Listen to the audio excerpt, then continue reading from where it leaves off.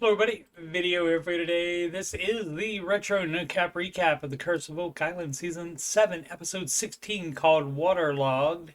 Originally aired March 10th, 2020. If you missed any of my recaps of previous and future episodes, there's a link to my Oak Island playlist in the upper right. Let's get into it. Previously, on the Curse of Oak Island, people have been looking for an incredible treasure for 229 years. In the uplands area of Smith's Cove, the excavation is continuing as the team tries to locate the flood tunnel with the intent of turning it off. Billy brings up another hand-cut timber that has square notches on both ends. Gary says he thinks Billy has found another shaft. More timbers? Gary detects the spoils and finds this spike. And then another. He says they are from the 1700s. In the war room, the team gets seismic testing data from Marty and Craig, who got the information from Jeremy Church of Eagle, Canada. There's a linear anomaly that could be a tunnel that goes from the cave-in pit just above the uplands to the money pit. It is at 60 feet depth.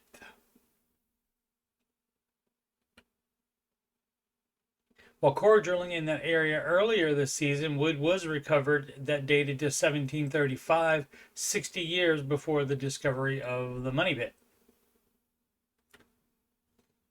The team rents an excavator with a long boom so that it can get down to 60 feet. It brings up more timbers, and eventually Jack can see water rushing in. Later, Marty clarifies that it's coming from the land side instead of the bay side.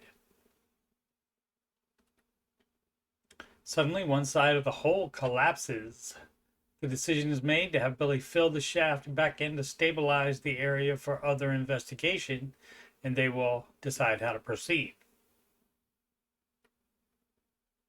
In the swamp, a 6-inch pump is used to drain the eye of the swamp, while Marty and Billy use the rented excavator with the long boom to scoop out water and debris. Meanwhile, Rick and Gary go to lot 17 to metal detect. The hurricane 5 weeks earlier has caused significant erosion on the island, which means a new round of detection is in order. This is why Gary re-detects near the water all around the island every year once filming starts on the new season, after the harsh North Atlantic weather has done its thing. Gary says his first "it" is not worth digging, which I always worry about because it could be something significant. He does have Rick dig out this piece of lead. They will get laser ablation on it to get more information on origin. As they did with the lead cross from the 1300s they found in Smith's Cove that was traced to a Templar mine in southern France. Back in the swamp, Marty notices a boulder in the excavator's bucket and drops it on a more dry area so that Jack can examine it. It does appear work, but more interesting than that, it is packed with blue clay. The first time the team has encountered blue clay in the swamp. Quite a bit of blue clay has been found in various places on the island by the current team and previous searcher groups, starting with the Onslow Company in 1804 when they found a layer of it at the 40-foot level. Researcher author Gretchen Cornwall previously presented a theory that the treasure is in an offset chamber at that level. The Onslow Company, however, just kept digging down through the clay, and eventually the money pit flooded once they reached the 90-foot level. Marty also uncovers this big tree stump. It's interesting because trees generally can't grow in bodies of water. It would appear to support the findings of Dr. Ian Spooner that the swamp has been there for only 300 years or so, and that significant human intervention happened in the area between 1680 and 1700. Marty uncovers several more tree stumps.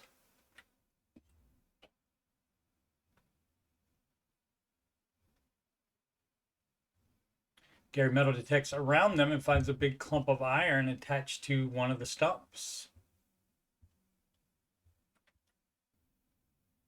Craig, Alex, and Charles travel to Halifax and St. Mary's University to have Dr. Christopher Brousseau use the electron microscope to determine the elemental makeup and age of the iron spikes found in the uplands area above Smith's Cove.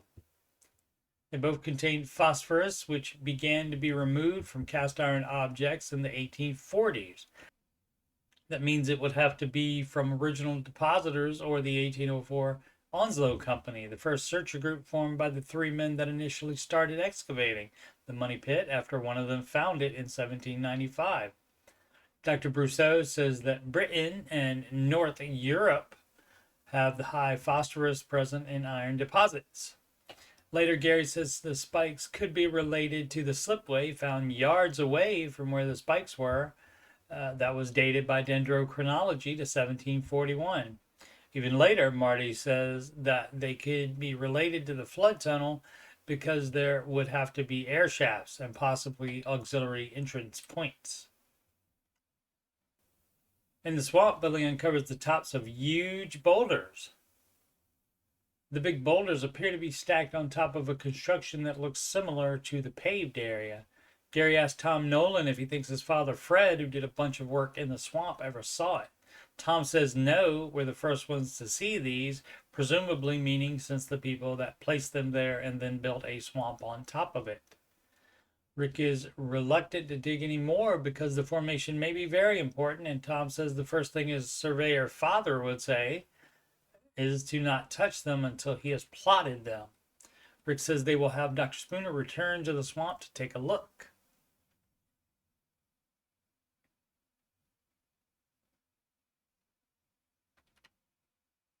In closing narration, Robert Clotworthy says the swamp could be more than just a geological oddity, that it may be the key to solving the entire Oak Island mystery, just as Fred Nolan predicted. I'll be continuing retro no-cap recaps of seasons 7 and 8 while also recapping the new season 12 episodes late Tuesday nights as they air. All other episodes are in my Oak Island playlist. I'm also doing retro no-cap recaps of seasons 2 through 4 of The Secret of Skinwalker Ranch as I have time. Seasons 1 and 5 are all done and they are in that Skinwalker Ranch playlist. Thanks so much for watching. Please subscribe, like, and comment. Sempre avanti.